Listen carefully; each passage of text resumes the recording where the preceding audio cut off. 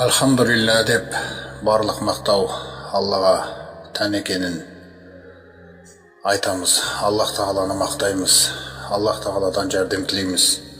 Аллах Тағаладан кешірім сұраймыз. Сондай-ақ жан дүниелеріміздің жамандықтарынан, сондай-ақ істеп қойған жаман амалдарымыздың кесірінен Аллах Тағалаға сыйынамыз. Сөзсіз кімді Аллах Тағала тура жолға салса, оны адастырушы жоқ. Ал кімді Аллах Тағала адастырса, оны тура жолға салушы жоқ. Сондай-ақ Аллахтан басқа тәңір жоқтығына және Мұхаммед оның құлы әрі елшісі екендігіне куәлік беріп, сүйікті пайғамбарымыз Мұхаммедке Аллах Тағаланың салауатын, сәлемін, рахымын, берекелерін тілейміз. Құрметті жамағат, осы сөзіміздің басын Аллах Тағаланың Әл-Ахзаб сүресіндегі аяттармен бастасақ.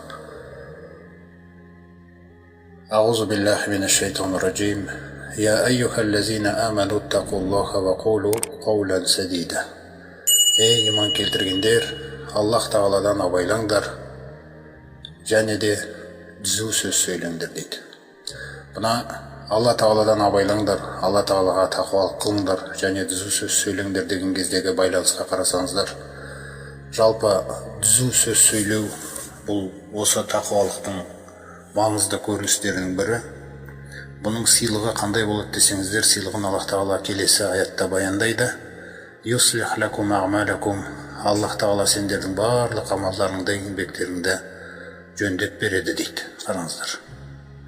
Сондай-ақ ва яғфир лакум зунубакум. Сендердің күнәларыңды кешіре салады дейді. Міне осылайша Аллах Тағаладан абайлап түзу сөз сөйлейтін болсақ, Аллах Тағала айтады ар жағында аятта: кімде-кім Аллаға және елшісіне бойұсынса, фақад фаза фаузан азима. Онда ол зор табыспен табысқа бөленді, яғни дүниеде де, ақыретте де. Міне бұл аятты айтудағы себебіміз тақуалық өте маңызды жүрек амалы. Ол болмаған жерге білім қонбайды.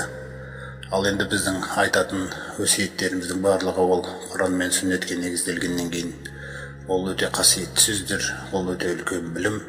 Сондықтан ол білім қону үшін біздің жүректе тақуалық деген қасиет орын алу керек. Аллах Тағаланың адам баласына сыйлаған зор нығметтерінің бірі осы тақуалықтан кейін, түзу сөз сөйлейтін қасиеттен кейін, бұл мына ерлі-зайыптылық өмір. Яғни мұсылман отбасы Алла Тағаланың рахымымен екі жүректің қосылуы, ерлі-зайыптылық. Міне осы нәрсе жалпы исламда, сондай-ақ өзіміз осы өмір сүріп жатқан қоғамда өте үлкен маңызды рөл атқарады. Сондықтан бұл амалға, бұл өмірге, яғни ерлі-зайыптылық өмірге өте үлкен жауапкершілікпен қарауымыз керек. Ер адамда, әйел адамда. Жалпы осындай тойларда, осындай жиындарда, некелесу кезінде енді туған туысқандар, ата-аналар барлықтары жаңағы екі жасты құттықтап, тілектерін айтып, өздерінің сыйлықтарын береді ғой. Енді осы адамзаттың беріп жатқан сыйлықтары Алла Тағаланың бұл екі жасқа берген сыйлығына ешқашан жете алмайды. Таңғаласыздар, Аллах Тағала Рум сүресінде мынандай бір нығметін баяндайды біздерге. Аузу биллахи минаш шайтанир раджим. Ва мин аятихи ан халақа лакум мин анфусикум азуажан. Аллах Тағаланың сендерге деген жақсылығының, сарқылмас жақсылығының, құдіретінің, рахмының, сүйіспеншілігінің белгілерінің бірі дейді. Ей ер адамдар, сендерге өздеріңнен әйелдерді жаратуы дейді. Яғни Адам алейхиссаламнан қабырғасынан Хауа анамыз жаралғандықтан Алла Тағала баршамызға сондай мағынада айтуда, сендерге өздеріңнен әйелдерді жаратып беруі дейді.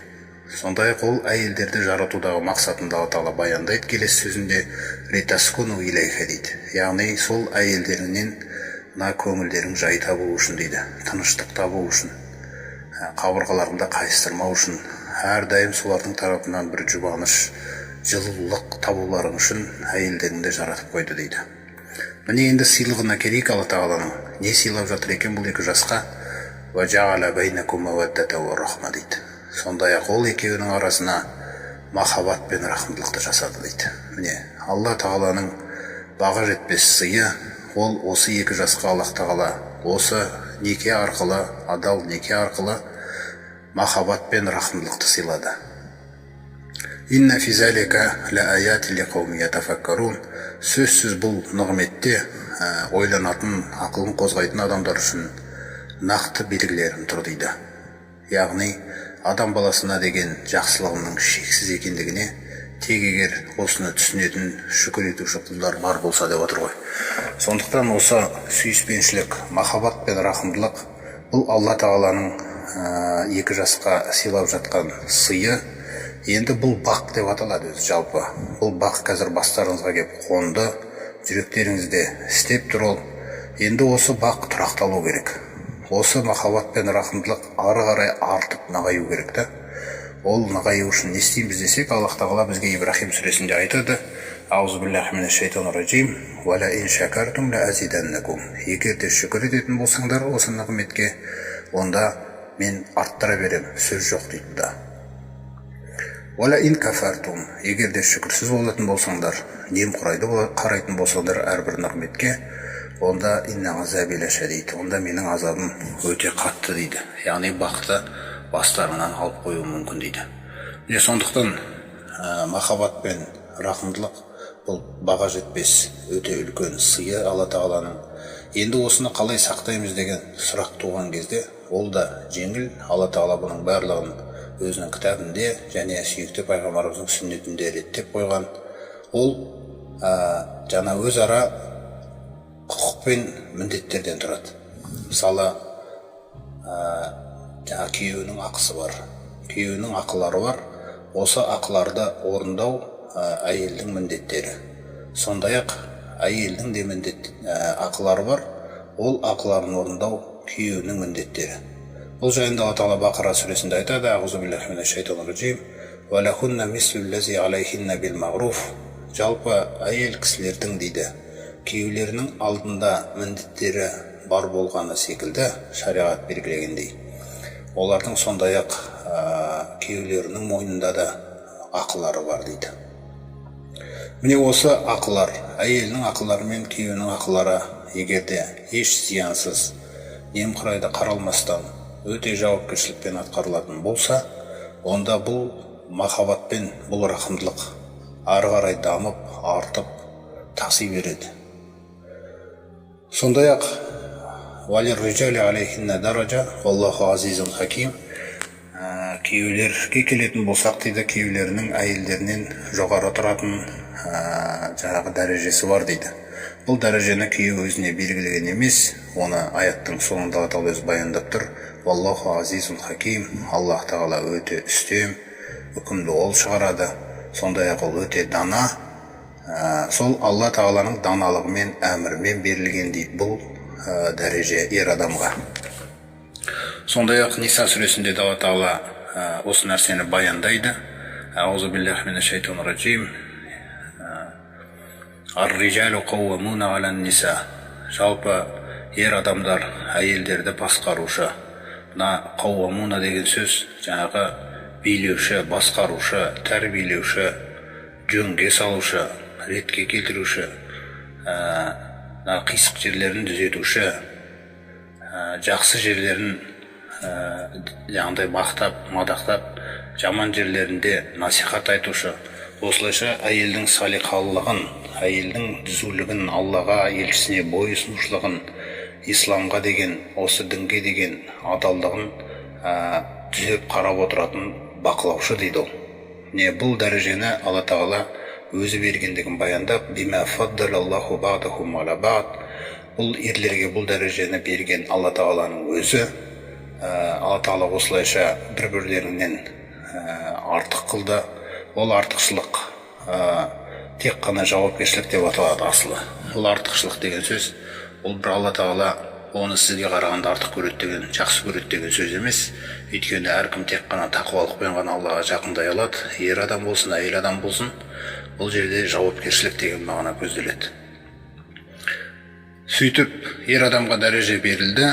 Алла тағала солай қалағандықтан, сондай-ақ бима анфақу мин амуалихим дейді Алла тағала, әйелдерді асырап баққандары үшін дейді. Қараңыздар, осы шартқа өте назар аударайық. Әйелдерін бағып, напақасын жұмсап, асырап жатқандығы үшін дейді да. Егер де ер адам мысалы еңбек етпей, әлсіз болып, жалқау болып, түк істемей, немқұрайды қарап асырамайтын болса, онда жаңағы жауапкершілік, жаңағы дәреже бұзылады. Ол дәрежеде еркектің өзі бұзған болып саналады да. Сондай-ақ салиқалы әйел дегендеріміз кім деген кезде, келесі аятында Алла тағала айтады: «Фас-салихату қанитатун». Салиқалы әйелдер дегеніміз олар сондай бойұсынушы әйелдер ғой дейді. Яғни олар Аллаға, елшісіне және өзінің адал жары күйеуіне бойұсынады дейді олар. Вал хафизот, сосын жаңағы олар әрдайым сол күйеуі жоқ кезде күйеуінің үйін, күйеуінің мал дүниесін үйде қалған, сондай-ақ күйеуіне қатысты өзінің ар ұжданын, төсегін, тағы да басқа сырларын сақтап тұратын әйелдер дейді. Міне Алла тағала бима хафизалла, Аллах тағала өзі осылай үйреткен дейді ол әйелге. Осындай болып тәрбиелеумен бұл әйелдер осындай салиқалық дәрежеге көтеріледі екен. Міне сөйтіп адал неке қиылғаннан кейін, осы неке шындап келген кезде біздің көзімізге көрінбейді. Ібліс осы некені қызғанады екен ол. Осы Алла тағаланың сыйлаған махаббаты мен жаңағы рахымын осыны бұзғысы келеді ол. Іблістің жаңағы өзінің шайтандарын жердің бетіне таратып әртүрлі жұмыстарға жіберген кезде, сонда ең қатты қуанатын амалдарының бірі, кешке жақын оған шайтандар келіп есеп тапсырған кезде, осы отбасының құлату. Қайсы бір жындар осындай бір отбасын құлатып кетсе, ібліс болған қатты жаңағы қуанады екен. Сол жайында Пайғамбарымыз саллаллаху алейхи бір хадисін айтады: «Инна иблиса ядағу аршаху алал ма».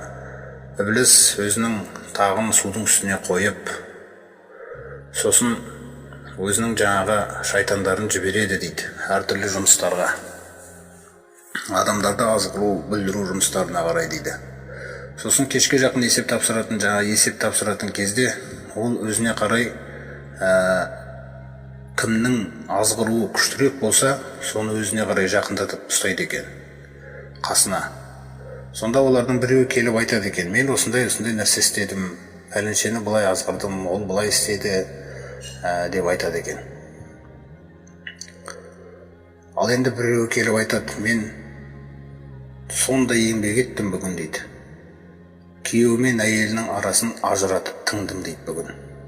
Талақ деген сөз жүзеге асып, екеуі ажырап тынды дейді.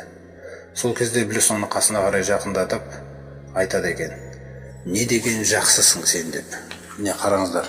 Сондықтан бұл құбылыс сыртта бізге көрінбей жатыр да, бірақ біздің біреуіміздің жаңағындай отбасымыздың құлап атқаны оның қасында өте үлкен амал болып қабылданады екен. Ол соған риза болады екен.